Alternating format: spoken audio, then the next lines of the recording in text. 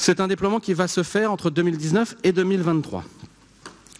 Et ce déploiement va tirer les leçons des difficultés que nous avons rencontrées dans ces premières phases. Ces difficultés, je les énumère rapidement, c'est la problématique de l'élagage, de la copropriété, les délais des entreprises qui sont trop longs, la problématique de la main-d'œuvre et la pénurie de fibres. Et je ferai juste 3 focus rapides puisque je pense que nous reviendrons inévitablement sur les difficultés. L'élagage. Je sais que mon collègue Salier Dupin est très présent sur son territoire Lamballe. Donc j'ai regardé quelle était la situation dans ce territoire. Il y a 8700 prises qui devaient être faites sur la première partie, sur ce qu'on appelle la phase 1. Il y en avait au 1er décembre 1700 qui étaient bloqués par des propriétaires qui refusaient l'élagage. 1700 sur 8700. Nous en sommes aujourd'hui à 700 prises qui sont encore bloquées par des propriétaires indélicats. Ça nécessite quoi?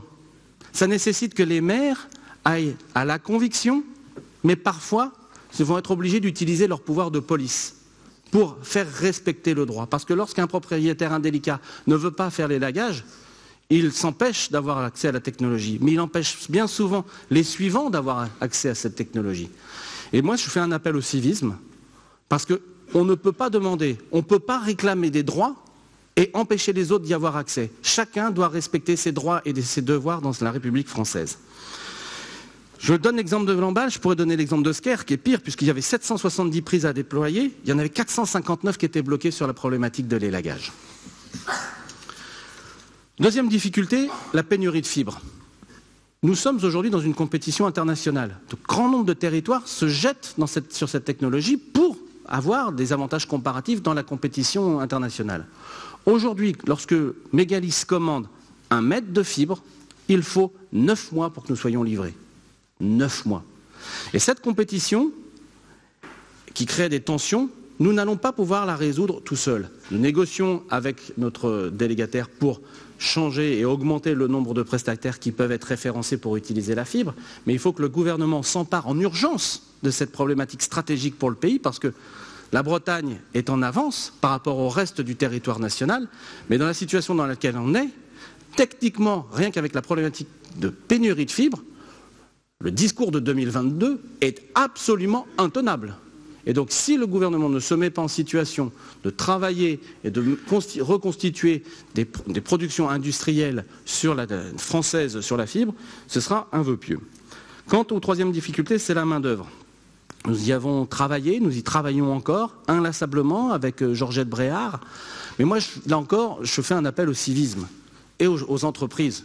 J'en profite de la présence du président du Césaire, parce que je sais qu'il est en capacité d'interpeller et de convaincre.